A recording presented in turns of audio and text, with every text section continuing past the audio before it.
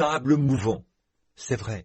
Maintenant, nous voyons ici que chaque fois qu'il se présente à un âge de l'Église, il s'adresse à celui-ci sous l'un des noms de sa divinité.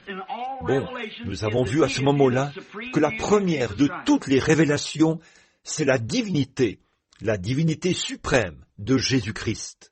Je suis celui qui était, qui est et qui vient. Je suis le premier et le dernier, le Dieu Tout-Puissant. Voyez, la première révélation. Jean s'est retourné pour voir qui lui parlait. Avant toute chose, il s'est adressé à lui. Tout roi, lorsqu'il s'adresse à quelqu'un, il se présente. Toute personne. Je suis un tel qui vous parle. Vous ne me connaissez pas. Je suis William Branham. Je suis Jean un tel, ou qui que ce soit d'autre. Il a dit, je suis le premier et le dernier, celui qui était vivant et qui est mort, et qui est vivant au siècle des siècles. Oh là là, la divinité. Ici, nous le voyons dans les 7 éléments de sa personne, dans son état glorifié. À chaque âge de l'Église, il se présente à eux dans un autre élément de ses divinités, dans un autre élément de ses états glorifiés. Donc, ce soir, il se présente avec une flamme de feu. Il regarde Laodicée, ou plutôt Thyatire.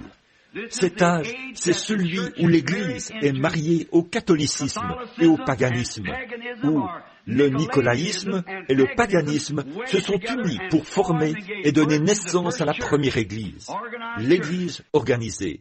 Et Dieu a dit que les œuvres des Nicolaïtes qu'on trouvait chez les Éphésiens étaient devenues une doctrine, là-bas dans la petite église de Pergame. Et il a dit que c'était la doctrine de Balaam. Et c'est Balaam qui avait enseigné à Israël d'aller se livrer à l'impudicité.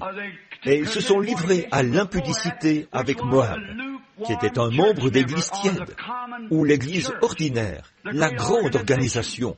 Et nous voyons que Dieu a dit que la doctrine des Nicolaïtes, qui a remis tout pouvoir à une église, l'a établie et on a fait une organisation. Il a dit, tu la hais et je la hais aussi. Il dit continuellement, je la hais, je la hais, je la hais. Et là, cela battait son plein.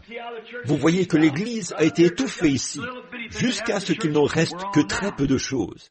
C'est cette Église que nous étudions en ce moment.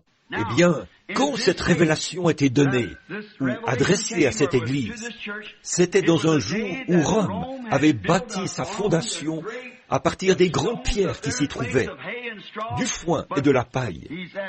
Mais il s'adresse à cette Église et leur dit qu'il demeure la flamme de feu qui regarde au fil du temps, et que son fondement n'est pas fait de foin, de chaume, mais qu'il est solide.